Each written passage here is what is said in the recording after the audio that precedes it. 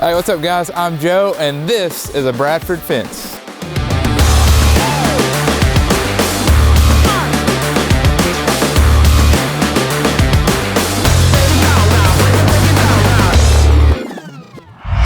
Hey guys, we're here in Conway on a steel job that we just finished up. We're out here on Centennial Golf Course and we're gonna take a look at this steel material.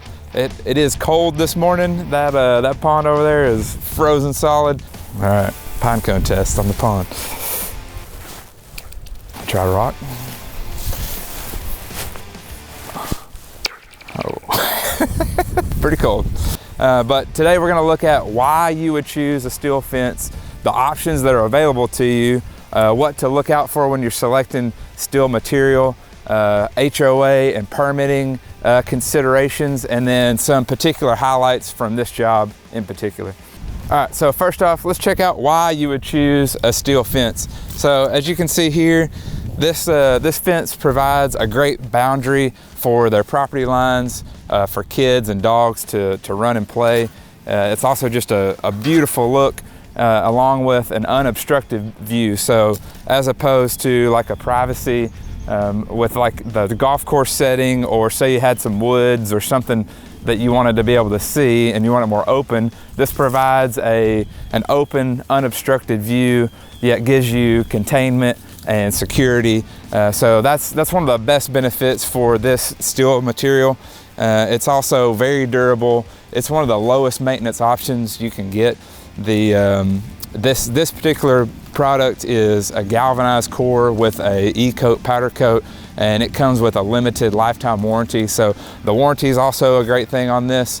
This is manufactured by Ameristar, which is a great product, but that's one of the big benefits of the warranty and the durability and longevity of this steel fence. So as far as what to look out for when you're selecting a steel fence, is one would be the quality of the material, and would be the process of the fabrication or manufacturing, and actually where it's coming from.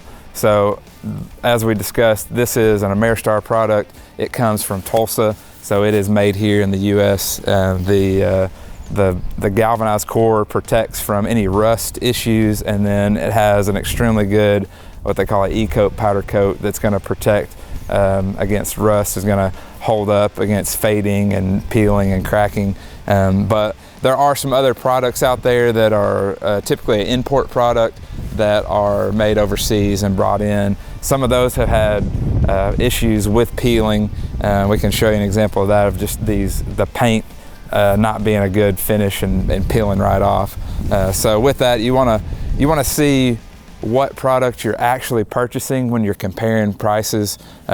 Sometimes the steel fences are presented as just a generic steel, or maybe even under the branded names of like an Ameristar, but somebody may be actually selling or installing a different import product. So you just want to watch out what you're truly getting when you're selecting the steel material. Now, the next into actual options, the typical heights would be a 4, 5, or 6 foot tall in a residential setting.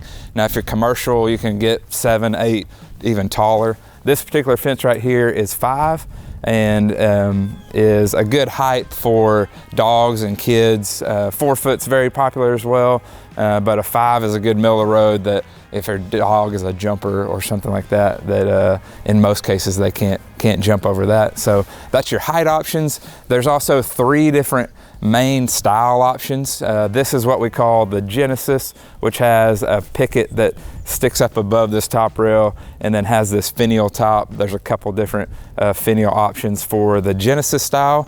Then there's also the classic style, which is similar but then has just a more generic press blade top of this picket. And then there's a Majestic, which is a very popular style, that is the smooth top. So if you can imagine this, the top of this rail being at the top, and it's just a smooth top. So those are the main 3 style options. The other thing to consider with a steel fence are whether it will rack. So a racking or non-rackable section would mean that it can a rackable section would mean that it can As you can see, like here, there's a slight change in grade or slope, and we're able to follow that and make a nice good flow of this line.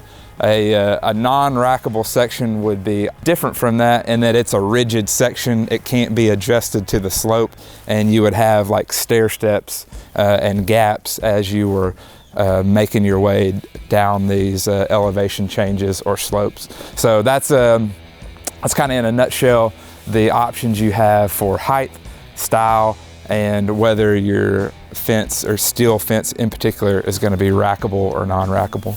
All right, so in regards to HOA and permitting considerations, this job's a good example because as we are on the golf course, they have particular specifications on the type of fence, being this particular steel fence, the height of fence that they do specify that this needs to be a 5 foot tall, and even the style, they specify that it needs to be this Genesis style with the finial.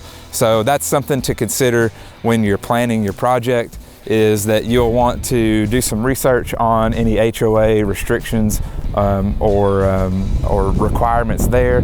Also permitting, if your city or municipality requires a permit for fence building.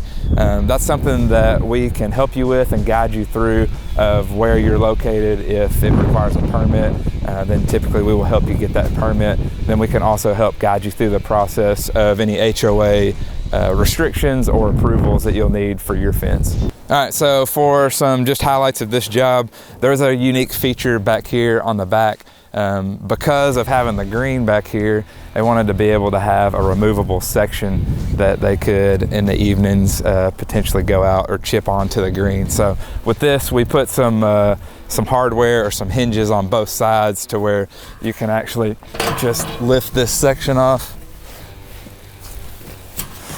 set it aside, do what you need to do, and then put it right back in place. All right, so one other interesting thing with this project was we were needing to run the fence here to butt up to the deck, but at some point in the near future, they're gonna be reworking the deck, so we didn't want to do too much work between here and the house. But with the dogs, they wanted to be able to let the dogs out the back porch, but we had this staircase that was wide open.